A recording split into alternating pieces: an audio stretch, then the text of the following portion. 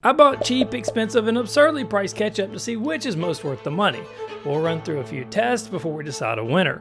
First, we have great value tomato ketchup. This ketchup is so cheap it doesn't tip at restaurants. Hell, it doesn't even go to restaurants, it has food at home. Tomato concentrate, high fructose corn syrup, vinegar, and salt, but no artificial flavors, preservatives, or colors. At just over $1, not only is this the cheapest ketchup that we're gonna try, it's also the biggest bottle at 24 ounces. Next, at nearly $6, we have Sir Kensington's Classic Ketchup. I genuinely can't tell if this is satire. Is the guy in the monocle supposed to make you feel fancy while you're spending $6 on ketchup? Or are they just trolling you as they take your $6 for a bottle of tomatoes? This one skips out on the high fructose corn syrup in favor of fair trade organic cane sugar. If the guy in the monocle wasn't pretentious enough for you, then we have Ketchup by Nicholas Vahè. At $28 for a 20-ounce bottle, this better not be a joke. It uses San Marzano tomatoes and is a product of Belgium. Tomatoes, sugar, water, and red bell pepper puree. They claim that the only limitation to this ketchup is your imagination.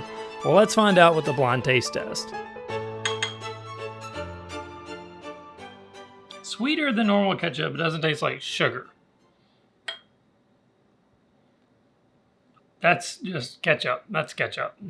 You're at a fast food joint and they got the little packets, little packets of ketchup. That's what this is. This is a packet of ketchup.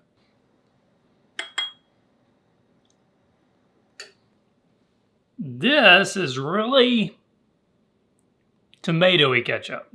It's like tomato paste that turns into ketchup. It starts tomato paste, turns into ketchup. Tomato paste, nope, it's ketchup. This is like I wish I had a monocle. This is like ketchup. If I hadn't seen the bottles beforehand, I might say that this was the expensive one, but the bottle was darker. This just makes me think that this is the medium one. I'm gonna say that this was the expensive one. If I hadn't seen the bottles ahead of time, I probably would have flipped them, but cheap, medium, expensive. Yeah. One of my favorite weeknight meals that goes well with ketchup is rice with beef and peppers. I love making this because it's 10 to 15 minutes tops and it tastes really good. So I put some of the dish in 3 bowls with a different ketchup on each one. It's important to note that this video isn't sponsored and I paid for everything here using my own money. It's really good. This is on par with something like a Hunt's or Heinz or whatever we call it. Let's try the second one.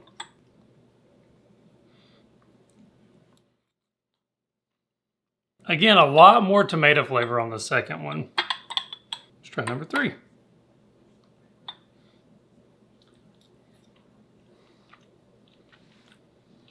It's good. It's almost like it's more like a tomato sauce though. Or like a ketchup sauce really.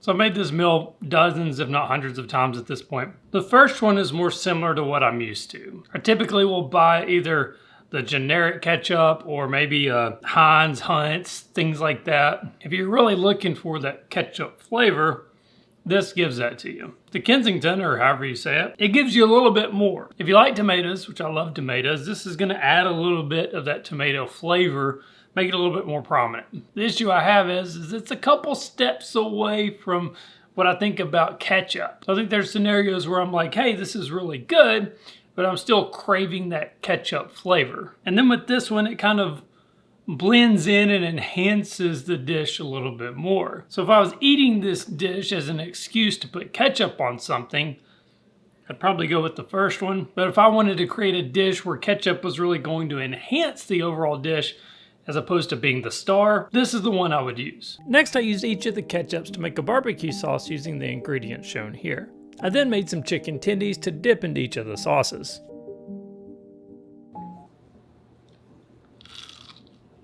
That plays well. Salt's coming through nice. So this one really latches on to the smoked paprika. You get a much richer, smoky flavor with this one.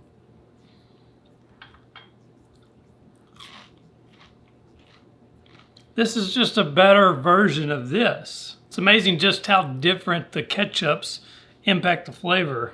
This one really shines here, just the tomato forward flavor. The most unique of the three is the middle one, but the one I'm gonna polish off a 12-piece is gonna be the expensive one. It's just easy to eat and delicious. Easy to eat and delicious is great, but for $28? Well, it's time to pick a winner. Which one's most worth the money? All three of these are good. They're good ketchups. They've got different applications, I would say. This is, you want burger and fries, I would use this guy. You want a unique experience, get a little bit more tomato forward. They call this Sir Kensingtons, however you say that, classic ketchup. I would say that this isn't what I think of when I think classic ketchup. This is a very tomato forward. You can tell they're using real ingredients. This guy is another animal altogether. So at $1 something, $5 something, and then nearly $30, in my opinion, this is the one that gives you the most unique experience away from ketchup. This one, in my opinion, is a higher quality, better form of ketchup, but is it nearly 30 times better than this? Now, when it comes to my money, what I'm gonna buy again, I think I have to say the winner on a daily basis is gonna be the Great Value ketchup. This is what I think about when I think about classic ketchup. It's probably not quite as good for you as these two are, but if you're not eating a ton of ketchup every day or even every week, how much is that really gonna matter? Just a little bit of ketchup here and there. I'm probably gonna save the money on the ketchup, go with this one, and spend the money on other ingredients.